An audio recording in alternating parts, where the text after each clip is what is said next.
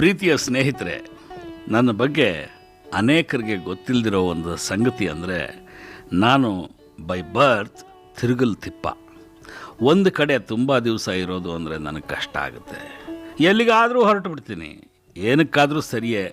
ಯಾವುದೋ ಅಪರಿಚಿತ ಸ್ಥಳಕ್ಕೆ ಹೋಗ್ತೀನಿ, ಯಾವುದೋ ದೇಶಕ್ಕೆ ಹೋಗ್ತೀನಿ, ಹಾಳು ಬಿದ್ದು ಹೋಗಿರೋ ದೇಶಗಳನ್ನೆಲ್ಲ ನೋಡ್ಕೊಂಡು ಬಂದಿದ್ದೀನಿ. ಹಾಗೆ ನಾನು ನೋಡಿದ ಒಂದು ಅದ್ಭುತವಾದ ಪ್ರದೇಶ ಅಂದರೆ ಭಾರತ ದೇಶದ ತುತ್ತ ತುದಿಯಲ್ಲಿರುವ ಚೈನಾ ದೇಶಕ್ಕೆ ಅಂಟಿಕೊಂಡಿರುವಂಥ ಅರುಣಾಚಲ್ ಪ್ರದೇಶ್.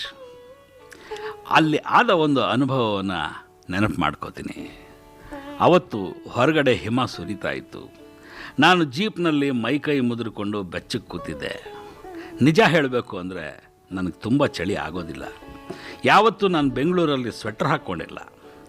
ಅವತ್ತು ಕೂಡ ನಾನು ಜೀಪ್ನಲ್ಲಿ ಕೂತು ಹಾಗೇನೂ ಗದಗದ ನಡುಗ್ತಾ ಇರಲಿಲ್ಲ.